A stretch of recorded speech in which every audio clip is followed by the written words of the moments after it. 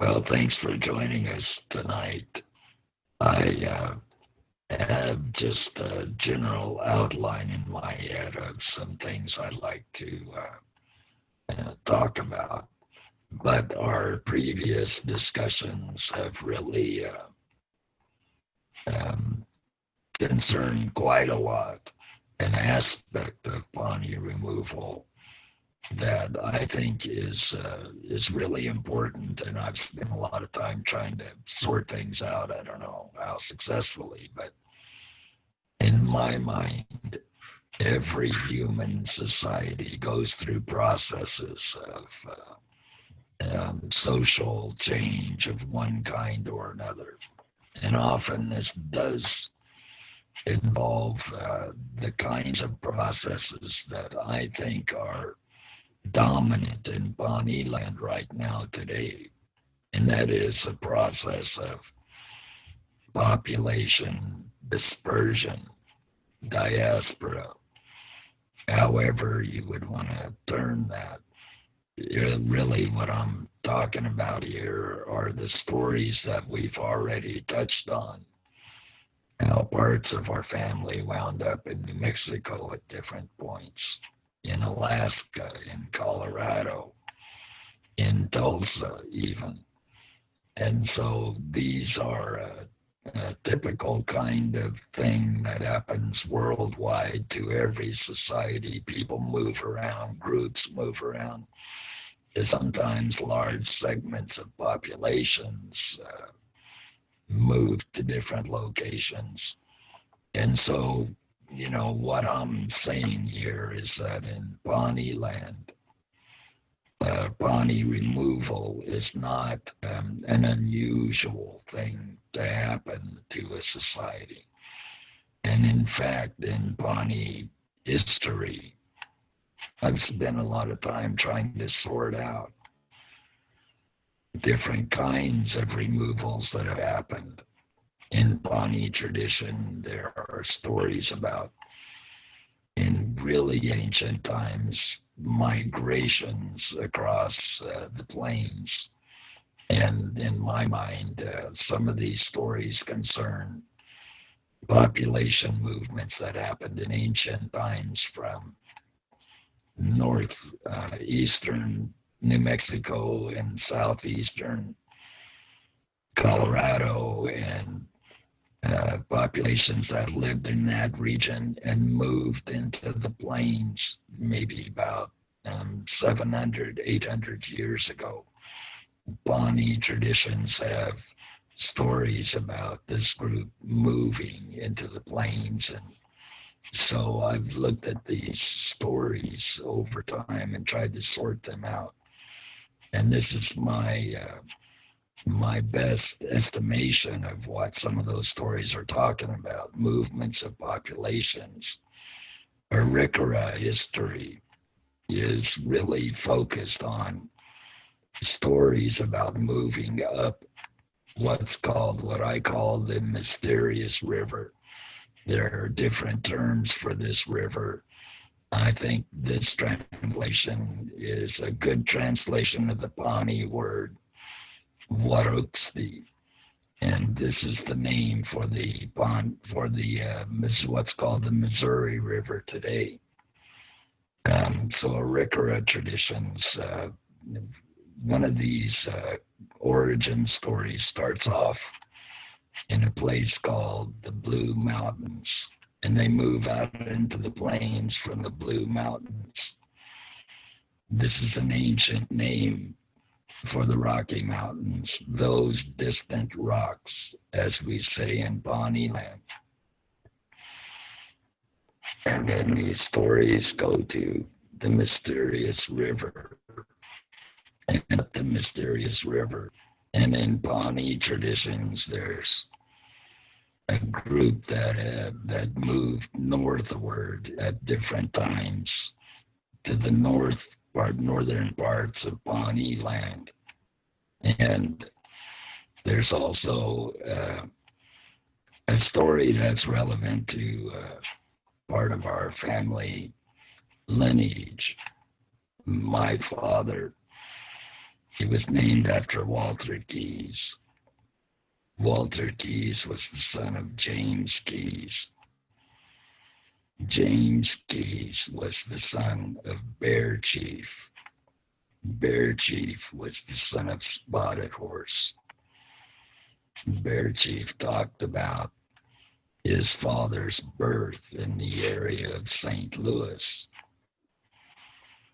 And looking at various Spanish records and looking at Pawnee oral traditions, a removal of a large group, maybe all of the Stidi, happened during the 1770s.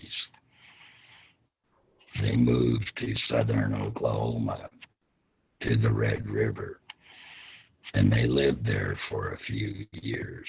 They lived in the Oklahoma region, and farther to the east, they moved in several different locations, and then they came back into the Central Plains homeland of the Pawnee people.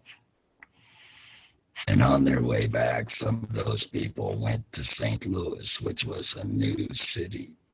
And that's where Spotted Horse was born. And so I have sorted this out from various records, including oral traditions that were written down by George Bird Grinnell during the 1880s.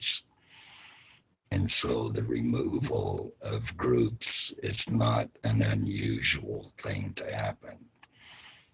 And the dispersion of populations, the fusion of groups, the joining of groups, these, as I'm saying, all the stories that we tell each other and have told each other all summer and fall about how we ended up wherever we ended up. These are stories that partake in these kinds of social processes. Now, I think a certain number of these stories are not, they're not spoken of very much in Pawnee consciousness. They're not part of the storytelling of Pawnee identity, but they can be. And all it takes is having moments where we encounter this information and try to put it together, and then we can make meaning out of it. We can all, each in our different ways, figure out what we think this means, how we relate to it, how we interpret it, and what we would say about it. And so I'm not trying to tell people how they should feel or think about these events. Now, in Pawnee land, I think there's a well-established, handed-down oral tradition about Pawnee removal. That's a certain kind of a story. And so, as a scholar, I spend a lot of time thinking about oral tradition and how that operates. And so I want to outline a little bit about what we think of when we say to each other commentaries about Pawnee removal. That has a very specific kind of meaning that has a lot of significance in Pawnee land today. So when we talk about removal, we're actually talking about a very limited event that happened at a particular point in time. So I don't know if there are people out there who would correct me on this and have a broader understanding already in hand that I'm talking about. But I just wanted to outline a little bit of context here before I get to the specifics of Pawnee removal. So when Pawnees talk about Pawnee removal, they're talking about events that happened during the early 1870s. Now, in as I say, there are handed down stories in Pawnee land. There is an oral traditional record of what that signifies. And so what I'm going to talk about a little bit, I'm not going to go into a lot of detail about all this, comes from my inquiries into not just oral tradition, but into other records. So first, I want to touch on what historians have said about Pawnee removal. I would focus on maybe three different records put together by historians, accounts of Pawnee removal. The first is by George Hyde. He put together and published in the Pawnee Indians his history of the Pawnee Nation, the Pawnee people. He published this right around, I think it was 1952, 53. He published actually a series of things that all wound up in this final book. And so he has an account of Pawnee removal in there that he drew from various records and from discussions that he had with the younger of the North brothers, who was very familiar with the Pawnees and had heard he spoke Pawnee, Luther North. And so George Hyde, Luther North, working with records that were put together by George Bird Grinnell. Hyde's is the first historical account of Pawnee removal. It's a really interesting account. I think he did a pretty good job with what he had in hand. Now, the next in-depth historical study that I would point to is by Martha Blaine. Now, I think Martha Blaine, and this is, again, it's a book called Pawnee Passage, but published in 1990. And she has a very detailed account, drawing from records from the 1870s, and her book is really focused on what Pawnee life was like in Nebraska, the Pawnee homeland, and then the events that led to Pawnee removal during the 1870s. And her account, I would highly recommend it. There's a lot of details. She's looking at different records. Now, I would recommend it because she put together a lot of really interesting stuff and tells a real compelling story. But I also disagree with her on some important things that I'm going to outline tonight. But if you hear what I have to say, just be aware there's an alternate account, and it is more in line what Martha Blaine did with what Pawnee say in Pawnee land today through the oral traditional record that's been handed down. And in fact, Martha Blaine was married to Garland Blaine. And I think she set out her agenda was she wanted to sort through available records to affirm what was already the consensus opinion of Pawnee land during the 1970s, 1980s when she was doing this research. So it's a really good account. It's interesting. There's a lot of detail there. I highly recommend it. Pawnee Passage, 1990.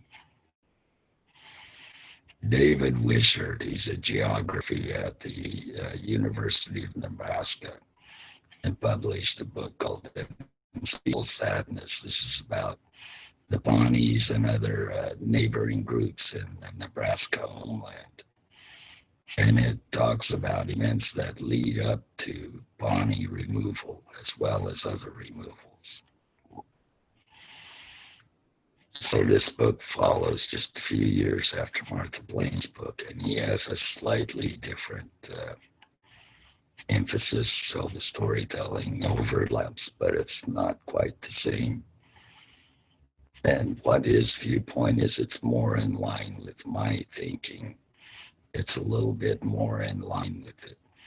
Now, these accounts, I'm not trying to say that I know more than they do. Some of these things, I have a lot to learn from them and from reading what they've done, from studying what they've done. But what I have done in my account of Pawnee Removal, which is in my book on Echo Hawk family history, The Seven Brothers, a book I issued a couple years ago. I have an account of Pawnee Removal in there. And what I wanted to do was a little bit different than what these guys have all done. And that is, I had in hand, I thought, a lot of interesting, detailed information gathered from Pawnees around, 1914 to 1930. Records that make reference to, this time period, occasional reference. And so, in my mind, these were people, not just in my mind, but these were people who were elders at this time, who were younger when they came to Oklahoma. And so I was really sorting through this information for, well, where did people go when they settled in Oklahoma on the Pawnee Reservation? Where did they go? What were their lives like? What kind of glimpses can we gather? And so I just barely sort of touched on the circumstances of Pawnee Removal, thinking at the time that, well, these other scholars have done this real rich research already. I don't need to repeat what they've done. And then just about a year ago, I came across this record, a story told by, I don't know how to say his name, Thomas Batty. He's a Quaker missionary among the Kiowas.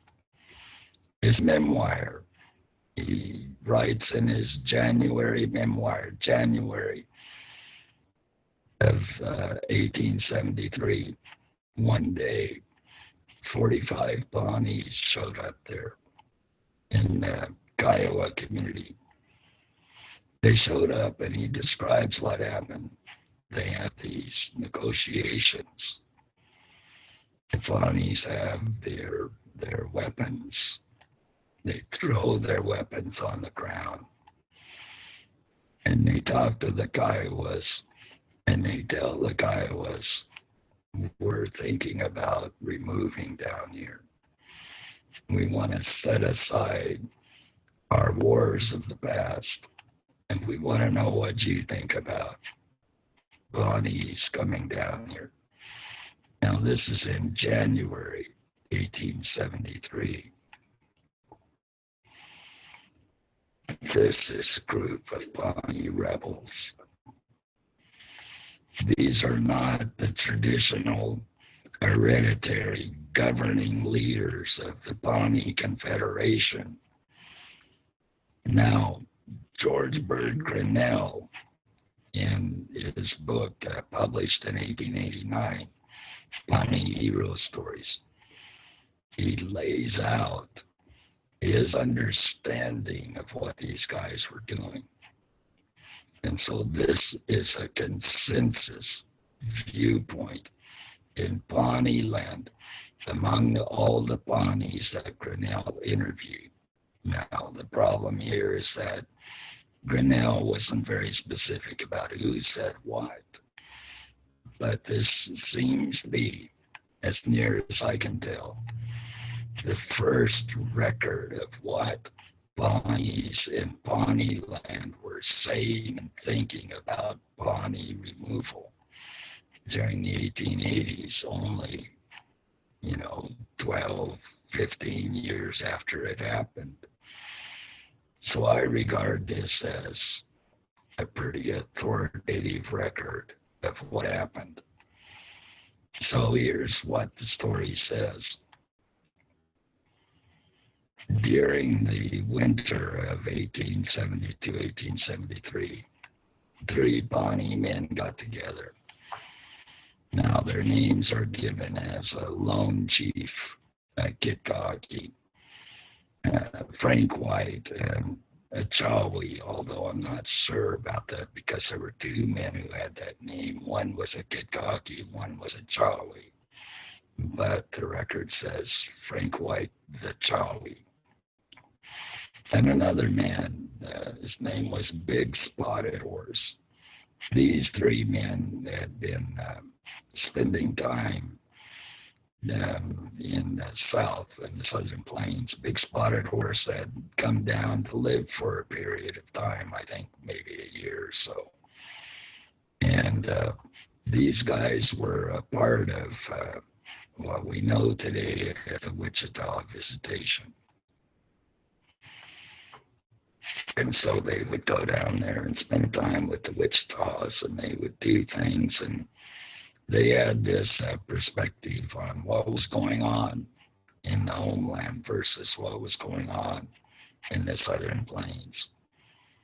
And these guys in 1872, 1873, they said, well, let's go down there again with an eye to exploring removal to the southern plains to live among the Wichitas. And let's go down there and see what that would be like. So they gathered their colleagues, 45 people, went down there. And they showed up among the Kiowas. Well, first on the way down, they visited other communities in Nebraska and then went down into the south. And they visited all these communities, and their agenda, as they said, was to lay the foundation for the idea of the Pawnees removing to Oklahoma. Now, why was this? What were they thinking about? Well, there were three factors at play here. One was the diminishing through their lifetimes of access to bison herds, buffalo herds. The herds were disappearing. Now, usually this is attributed by a good number of people to white hunters, to American incursions, and there's some truth to this. But scholars who've studied bison populations note also that bison populations started dropping off. Maybe as early as the 1830s, but for sure by the 1840s and the 1850s.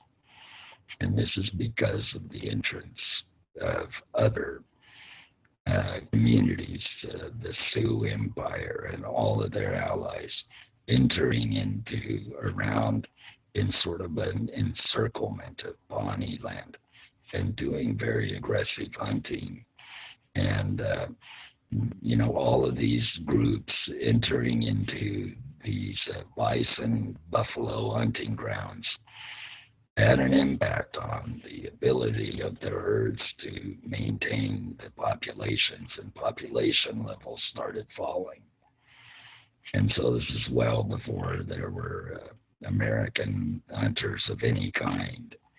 American hunting in the plains became an important factor later during the 1860s and the 1870s. So that's for sure. So this is one factor, and this caused a lot of grief in Pawnee land, seeing the herds vanishing. The second factor was the Sioux War, the war with the Sioux Empire. This was a deadly war. It was sporadic, but there were various, real slaughters of Pawnees that happened in the Pawnee homeland. Now, what was going on with this war? I tried to look and tried to figure out what was going on here. Now, the logical part of it is that it was in part a struggle over control of hunting grounds, buffalo herds, other animals. focusing on waterways. And so as the Sioux Empire moved into Pawnee land and slowly began to encircle Pawnee land, what they were doing was they were taking control of these hunting areas that the Pawnees regarded as part of their homeland. They didn't live there. But this had been an annual thing. Twice a year, the Pawnees, the whole community went out into these hunting areas and hunted. So long journeys. Twice a year, the Pawnees were travelers. They knew how to travel. They knew how to get their stuff together and travel in this world. This is important to remember. Now, so this is a big factor. There were slaughters of Pawnees.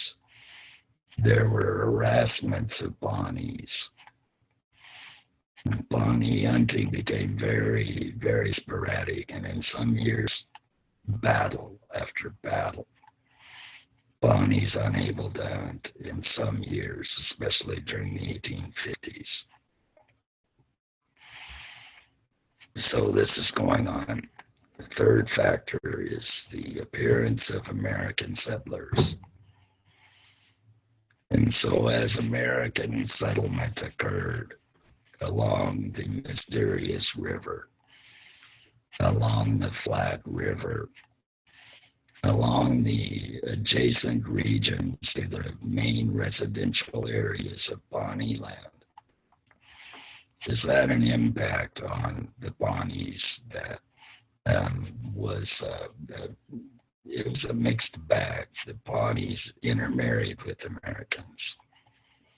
The Pawnees had complex relations with Americans.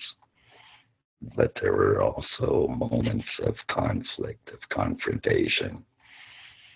And, this had a big impact on the quality of Pawnee life. Now, so these factors together, they were reshaping what life was like in Pawnee land. And yet the Pawnees made the best of these circumstances. They tried their best to maintain their lifeways. But because of the war, because of American encroachment, there were changes in Pawnee lifeways that were made. One example I can give, Speedy priest named Romy Scotty gave an account of a ceremony that to an anthropologist named Alice Fletcher, what she called the ceremony of the Star of the West. This is the central ceremony having to do with what's called the Speedy Federation, which, as I would argue, was founded about 600 or 700 years before. And so a long, enduring ceremonial unification of the Speedy communities into an identity system that we think of as Speedy. And so this ceremony was last practiced sometime during the mid or early 1860s, according to roaming Scout's account. He was grief-stricken talking about this. He said because of the decline in the buffalo herds, that it was harder and harder to practice traditional Pawnee religious activities, which required sacrifices of buffalo meat, other things like that. And so he was heartbroken talking to Alice Fletcher and James R. Murray. He didn't speak English. And he talked about this ceremony in some detail, what he remembered of it. Now, he was born in 1839, right around 1839. And by the time he's talking to Fletcher, he's probably the leading ceremonialist among the Speedies. So we can think of him not just as a religious person, but as an authority on Pawnee tradition, on knowledge. He was a knowledge keeper. He was a priest. He was a professor of Pawnee land. And so his accounts I take as authoritative when he's talking about his insights into what's going on. And so the decline in Pawnee lifeways was significant. It was important. Okay, back to what these guys were doing in the Southern Plains in early 1873. Now, big spotted horse in our family traditions say a lot about big spotted horse. And he's portrayed as a person who really didn't care much about convention, about expectations, about the appropriate role of a man in the world. He didn't care about any of that. He went his own way. This is what our family traditions say about Big Spotted Horse. Now, Big Spotted Horse lived in the Southern Plains with the Wichitas for a while, came back, and he hung out with these other guys, and they got together and said, let's go down there and have just look around. And as they made their plans and they set off, I think in December or late November of 1872, along the way they came up with this plan. Let's get serious about moving into the Southern Plains. And so they go down there and they spend months down there going from community to community. At one point they called together the leaders of a bunch of different residents of the area, different communities, and have, a whole meeting about, what do you guys think? What would you think if the Pawnees moved down here, if we got our families and came down and lived? And so that's what they were doing. This is the overall context of what they were doing. And so these guys, they were wrapping things up, and they got word of Massacre Canyon. Massacre Canyon, the slaughter of Pawnees at the hands of the Sioux Empire. So these guys then go back to Pawnee land, and they find people in distress. That year hadn't been a good year for hunting or for crops, for anything. People were hungry, discouraged. Now these guys, they show up and they say, we've got a plan. We're going to get our people together and we're going to move south. That's what we're going to do. And the leaders, the Reservation of the Pawnee Confederation, they stood up and they denounced these guys as scoundrels. They denounced these men. Don't listen to these guys. This is our homeland. We're staying here. But a good number of Pawnees joined these guys anyways. And they sort of set forth. They got a little ways. And then the U.S. agency officials, they intervened on behalf of the leaders of the Pawnee Confederation. And they set up negotiations, and they pressed these guys, hey, we don't want you to leave. Don't leave Nebraska, you guys. They were working hand in hand with Peter Reservation, who was essentially the president of the Pawnee Nation at that point in time. Peter Reservation, the founder with his father of the Pawnee Confederation. Now, we're related to this family, so these are some of our relatives too. Now we have where the history enters in. We've got Hyde, we've got Martha Blaine, we've got David Wishart. They all pretty similar stories at this point about the meetings that were going on, the problems that the Pawnees had in their Nebraska homeland, and these scoundrels who want to leave Pawnee land for the South. And so some of the Pawnees say, well, okay, these guys, the three men, they said, all right, we will, let's not leave for now. But then they made a secret plan. They hid their horses. And they sent all the people back except for their families, and a few people, their relatives. And then they slipped away in the dead of night. And this is in October 1873. 485 Pawnees removed to Oklahoma. This was the beginning of Pawnee Removal.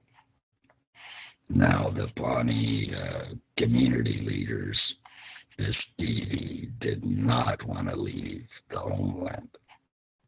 The South Band Pawnees were divided.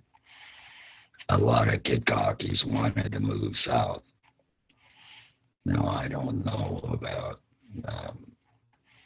what's called the Seven Brothers. This is our great-grandfather's Echo Hawk. This is his, and he wasn't known as Echo Hawk yet. This was his father's siblings. I don't know how these guys felt, where they fell out in this, but I do know this. The family traditions speak highly of Big Spotted Horse, one of the three leaders of this first group. And there was an old lady who lived with the family for decades, 1880s, 1890s, later. Her name was Jane Eisen. Jane Eisen was Chawi. I don't know how she was related to the Echo Hawk family. She was related in some fashion. Uncle Bruce told me a mysterious story. He said there was an old lady that lived in the camps down there in the south along the, the Pawnee name for this river is Salt River. Today we call it by its American name, the Cimarron. So they lived down there in these Kitcockie camps, and this old lady, every time she ate, she'd take a little bit of ash, and she'd eat it, and she'd say, now this is why I'm healthy. And I don't know if that was Jane Eisen, but I can't think of too many other old ladies who were a part of the Echo Hawk household. She was. Thing about Jane Eisen is that she had a couple of kids from a previous marriage that she had during the 1860s. And I came across the name of her husband. It translates as Big Spotted Horse. So I don't know if it's the same Big Spotted Horse, but I suspect that it was.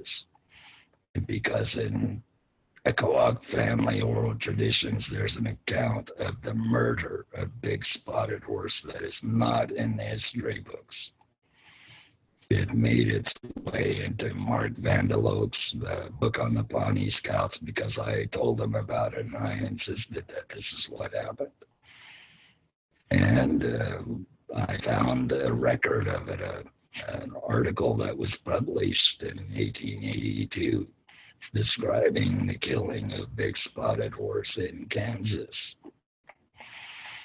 And the family oral tradition gives aspects of this that are present only in the oral tradition. And so, I don't know, our great-grandfather, he would have been in 1873, about age 19 or so. So, what were his older relatives thinking and doing? Were they a part of this first group of Pawnees to come south? I don't know. But I don't know which group they came down with. But I do suspect that it was the first group, and that Echo Hawk and the 7 brothers were a part of this first group to come south. I just have my suspicions about that. Now the rest of the Pawnees in the Nebraska homeland, they're thinking, well, let's make a go of it here. Those guys are down there, but let's make a go of it. And then they weren't able to hunt anymore. The buffalo were pretty much gone. They were out of the reach of the Pawnees. And then grasshoppers descended on the crops that summer of 1874. And the Pawnee religious leaders said, this is the judgment of Tidawad. And so we should go south. That's what this is telling us. That's what some of these religious people started saying. And so all of a sudden, all through 1874, actually, there are debates, and Pawnee leaders are exploring the idea of moving south, but not real serious until grasshoppers came. And then everybody's going around saying, everybody except for the Steedies, they're saying, let's go south. It's time. We can make a go of it down there. There's still buffalo in the southern plains. Let's take a hand in doing that. And so the U.S. Federal authorities, they change their tune as well. And they start saying, okay, well, we will help facilitate this removal. And so in 1874, in the fall of 1874, is when the main group of Pawnees moved south. They left, I don't remember if it was in September or October, sometime in the late summer, early fall that year. They left and went south, and they joined the other Pawnees in Oklahoma near the Wichita Agency. And this left the third group, which was a mixture of Pawnees, but mainly the Steedies, who they didn't really want to remove. But by now, because of encroachments from American settlers, now here's one thing that's going on that's very serious in Pawnee land.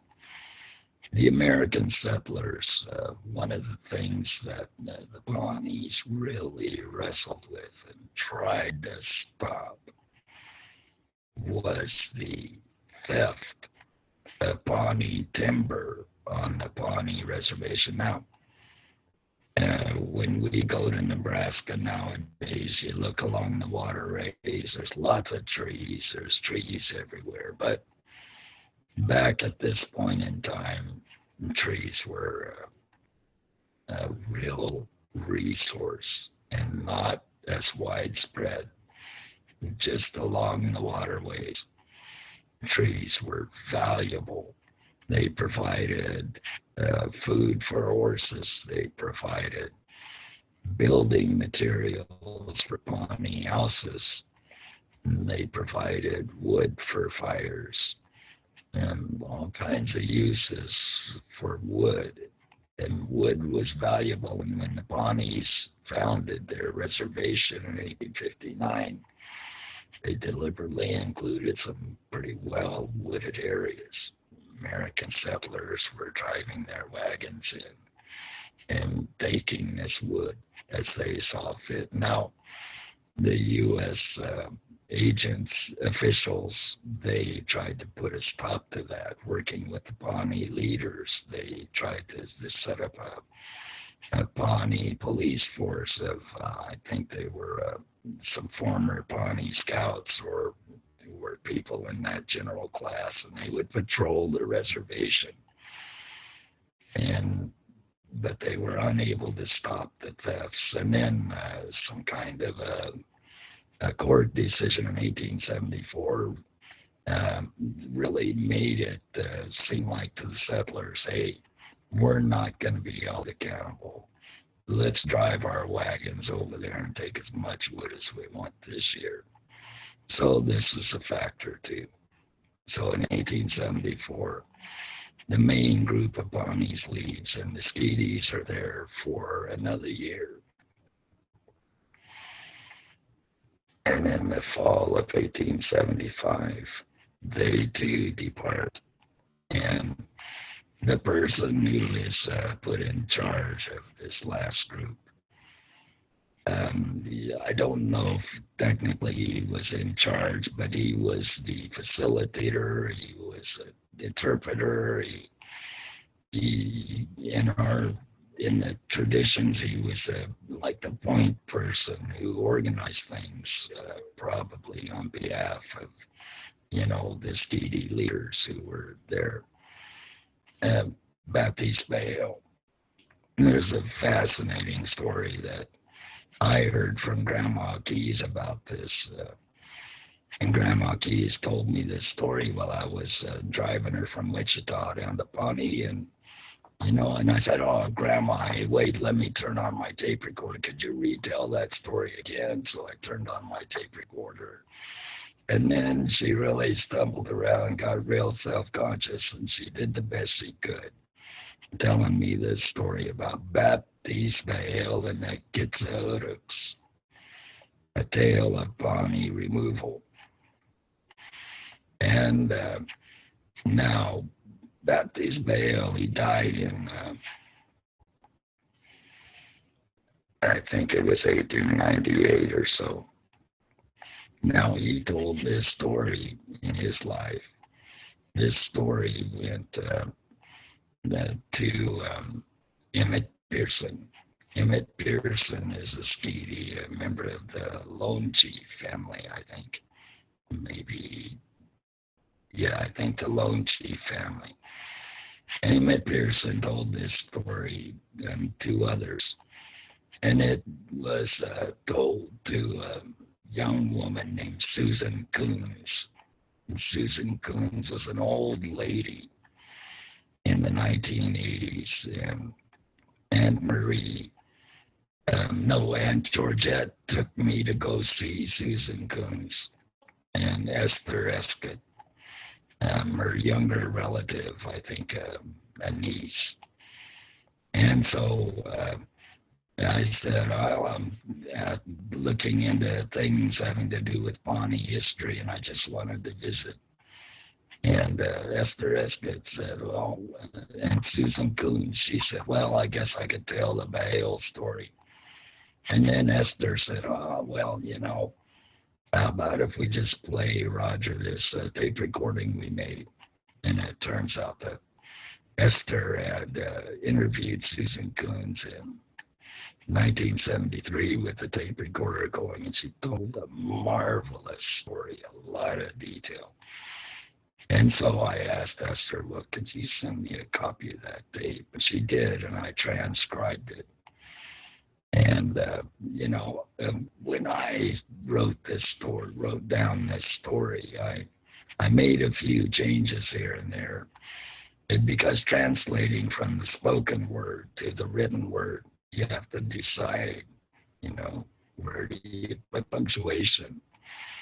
What is your paragraph structure? How do you organize things? And so I made some small adjustments throughout here and there, and I sent it off to Esther and asked her, well, what do you think of this? She thought it was okay. Had a couple of minor suggestions. And so that's a story that I then published in a literary journal during the 1980s.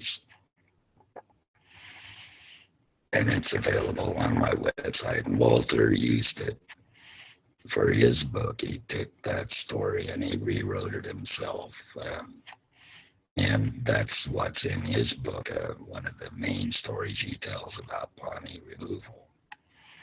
And so here's what I really want to say about Pawnee Removal. Whatever the story is today, whatever people say about it, in my mind, this is about Pawnees making hard choices and choosing to empower themselves by making their own decisions about what kind of lives they wanted, about where they wanted to have those lives, about what to do.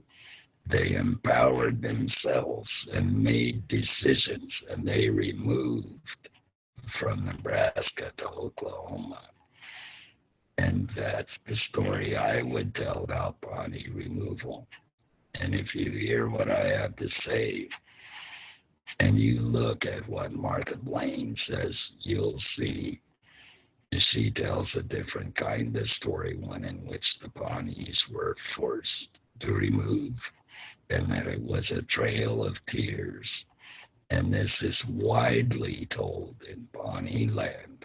The story that you just heard tonight is my understanding as best as I can understand it, based on an oral tradition that was written down by people who had left just a few years before, and looking at oral traditions of other people who were part of that generation. And so this is the story that I would tell about Pawnee Removal.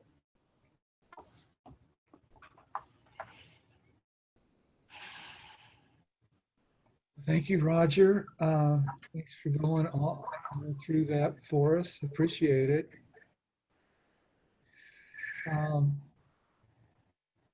Are there, I'm sure there's some thoughts or comments that people would have. So if anyone has something you want to say, I guess now would be a good time to do that.